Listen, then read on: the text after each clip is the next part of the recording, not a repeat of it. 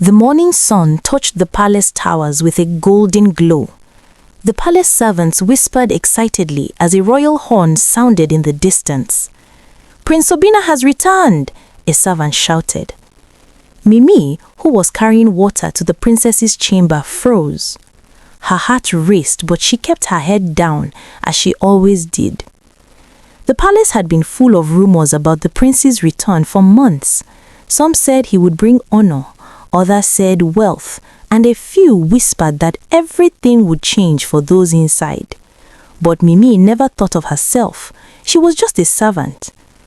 As the gates opened, a carriage rolled into the courtyard. The guards saluted. Prince Obinna stepped down, a tall young man, regal and calm. His dark eyes scanned the courtyard, taking in the servants and the palace alike. Mimi tried not to look, but somehow her eyes met his briefly. She quickly looked down. The prince noticed her immediately, a small figure among the many bustling servants. There was something in her humble stance, the way she quietly carried herself, that made him pause. "Who is that?" he asked a nearby guard. "Your Highness, she is a palace maid just arrived from the village," the guard replied. Prince Obinna smiled faintly but kept walking. Yet he could not forget the girl with the quiet demeanor.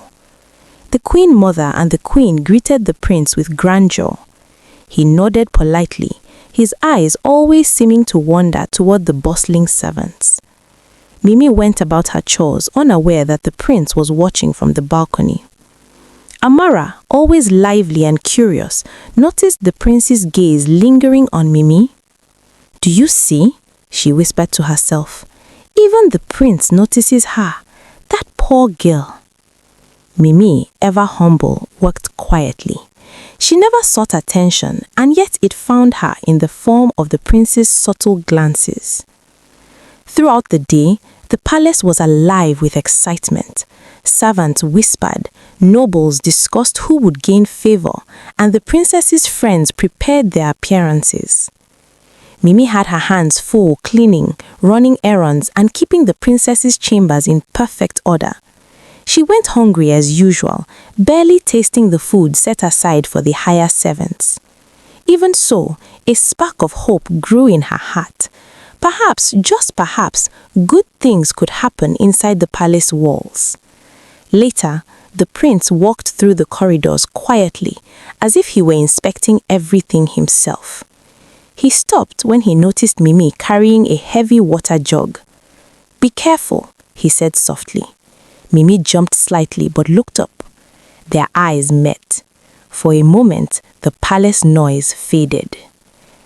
Yes, Your Highness," she stammered, lowering her gaze. Prince Obinna smiled faintly but moved on. That brief exchange was enough. He was intrigued. By the evening, the servants gathered to gossip about the prince.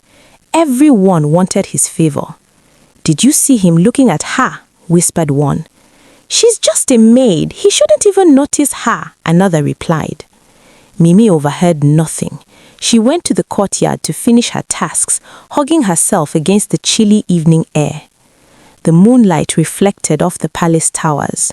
Somewhere far above, Prince Obinna watched quietly, thinking of the humble girl who had not bowed to flattery, not smiled for attention, yet had captured his attention without knowing it. That night, as Mimi lay in her small servant quarters, sleep did not come easily.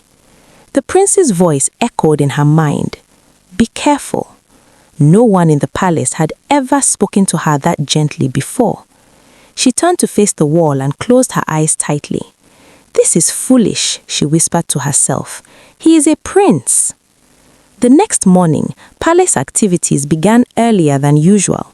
News of the prince's return had spread to nearby villages, and visitors began to arrive to greet the royal family. Mimi was assigned to clean the palace courtyard repeatedly as guests walked in and out. The sun grew hot, and sweat rolled down her face as she worked. From the palace balcony, Prince Obinna watched the servants move below. His eyes found Mimi again, not because she stood out, but because she did not. While others laughed or rushed to be noticed, Mimi walked quietly and carefully. "Who is that girl?" he asked again to an older palace guard. "Your Highness, she is called Mimi. Your Highness, she came from the village not long ago." The prince nodded slowly. Later in the day, the princess asked Mimi to arrange flowers in the royal sitting room. Mimi carefully placed each flower in a clay vase, making sure everything looked perfect. She did not notice the prince entering the room. "You arranged these?" he asked. Mimi turned quickly and bowed. "Yes, Your Highness." "They are beautiful," he said simply. Mimi did not know what to say. No one had ever praised her work before. "Thank you, Your Highness," she replied softly. Prince Obinna studied her face for a moment, then left without another word. From the doorway, Amara had seen everything. Her smile faded slightly. That evening, the palace servants gathered again. The conversation was no longer just about the prince's return. It was about who he noticed. "I heard he spoke to the princess's friend midday today," one servant said. "He greeted the queen mother for a long time," another added. Amara remained quiet. Then one servant whispered, "He spoke to Mimi too." The group laughed in disbelief. Amara forced a small smile, but something inside her felt different, something uncomfortable. The following day, the queen ordered all servants to prepare for a small royal gathering. Mimi carried trays, cleaned floors, arranged fabrics, and ran errands without rest. As she walked through the corridor with folded cloth, she slipped slightly on the polished stone floor. Before she could fall, a hand caught the cloth bundle. Prince Obinna. Their eyes met again. "Slow down," he said. Mimi quickly stepped back. "I am sorry, Your Highness." "You did nothing wrong," he replied. But Mimi had already lowered her gaze. From across the corridor, Amara watched silently. That night, the palace felt quieter than usual. Mimi sat outside the servants' quarters again, staring at the moon. She did not understand why the prince kept appearing near her. It made her nervous. Inside the palace, Prince Obinna stood by his window, also looking at the moonlit courtyard. He did not understand it either, but he knew one thing: the quiet servant girl had somehow stayed in his thoughts.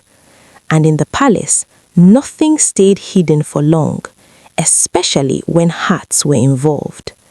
Something is beginning to change inside the palace walls, but when attention turns into affection, jealousy is never far behind. Thank you for watching Dark Heart Tales. Don't forget to like, subscribe, and comment for more African folk tales and palace stories. See you in the next episode.